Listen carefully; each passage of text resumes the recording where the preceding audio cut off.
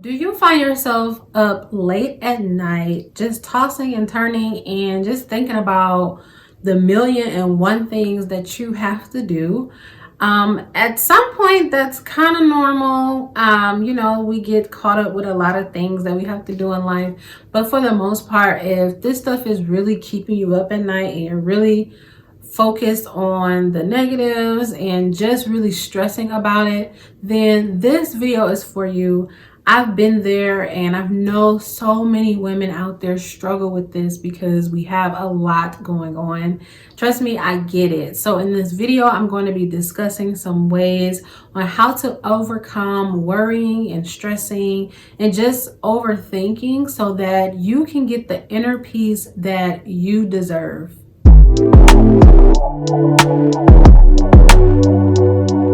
Hey ladies, I'm Stephanie, your self-care advocate, and self-care is so important. So if you're looking for ways to level up in your self-care, whether that's mentally, physically, emotionally, then this place is for you. As I mentioned earlier, stress and overthinking and worrying will keep you up at night if you allow it to. And I know for me, whenever I had a lot going on, some type of stressful situation, I would overthink the situation, I would stress about it, and then this just led to anxiety and just having irrational thoughts about something so small. I have 5 steps that I did that helped me to stop overthinking, worrying, and stressing about the things that I couldn't control and the things that really kept me up at night. So if you are looking for ways to develop more inner peace in your life, then this video really is going to help you. And the first thing I did was I put things into perspective. So anything that I was worried about or stressing about or just overthinking, I just put it in perspective. The way that we interpret things influences how we behave and just influences our overall thought pattern. So if there was something that I stressed about, a stressful situation at work, a mistake that I made, I let go a lot of the irrational thoughts around those negative situations, and I started to think about things in a different light. So if it was a mistake that I made, instead of saying, oh, I'm no good, or I always make mistakes, or I'm not good enough, I changed that to say that everyone makes mistakes. I can learn from my mistake. I put it in perspective, whereas I didn't interpret the mistake as I'm not good enough or I'm not worthy enough to do something. I started to think of my mistakes as lessons and ways that I can improve in my life, instead of thinking that I'm not worthy or that I can never do anything right. So I think the first thing is putting things in perspective, really paying attention to how we are thinking about some of the negative outcomes that happen in our lives. Tip or step number 2 for me was, instead of dwelling on all of the negative things that had happened, it can be the worst situation. Instead of dwelling on that, really dwelling more so on the positive things that were happening. Create a list of things that I was grateful for. Step really piggybacks off the first step. If I was up late at night worrying or stressing about a situation, then I can always go back to my list and see the things that are actually going right in my life and seeing the things that I'm actually grateful for, rather than dwelling on all of the negative things that have happened or are happening right now. So this really allowed me to stay focused and to stay grounded in my faith. So I had gotten to a place in my life where I was just dwelling on all the negative stuff that was happening around me. Like, I wasn't graduating from college fast enough. I wasn't finding the job in my field fast enough. I didn't have a certain amount of money, or I didn't own my home, or all of these negative things started to overwhelm me and kept me up at night, just worrying and stressing about the future, really. And so I really started to change that mindset and started to dwell on all the positive things that I was that was happening in my life at the time.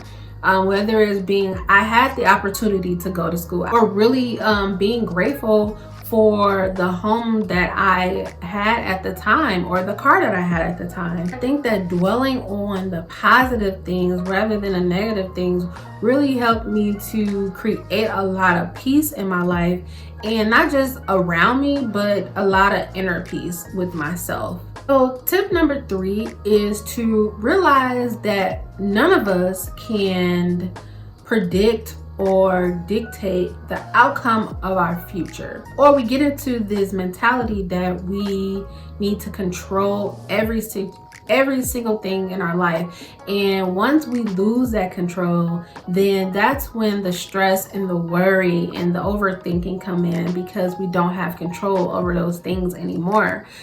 So ultimately, I released control. I gave whatever I was doing at the time the best of my ability, and that's all I can do.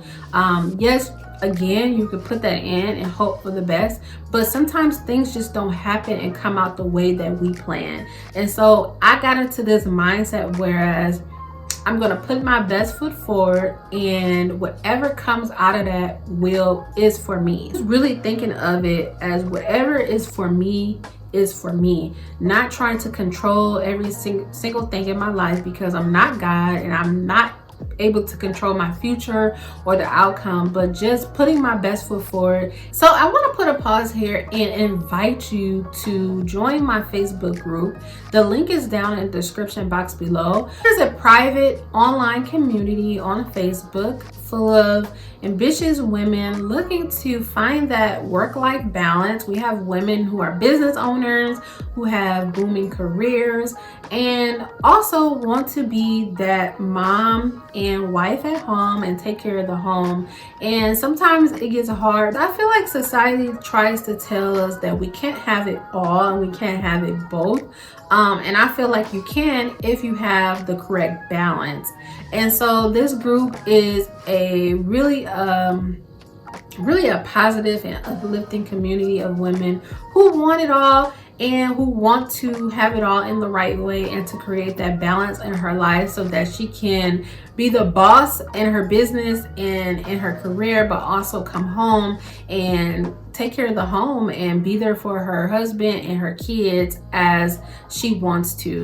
If you are looking for that type of community, uplifting community, then the link is down in the description box below.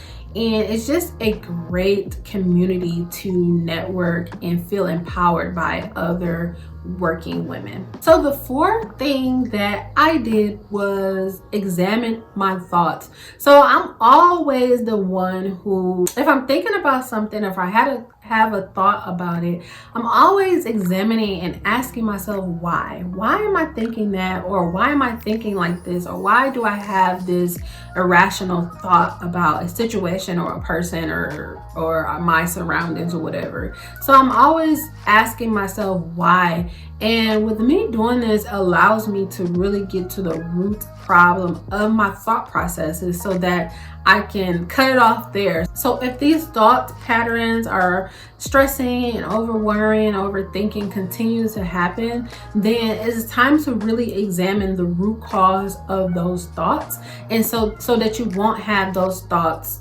anymore, so you can start and continue to build that inner peace that you deserve. Those are the main things that really help me with overthinking and stressing and worrying. I hope that some of these tips you really see yourself doing for yourself, and I hope they really help you with overthinking or stressing or just worrying too much about a situation or something that has happened in your life.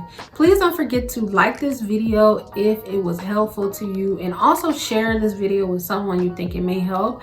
And until next time, I will see you again in my next video. Bye-bye.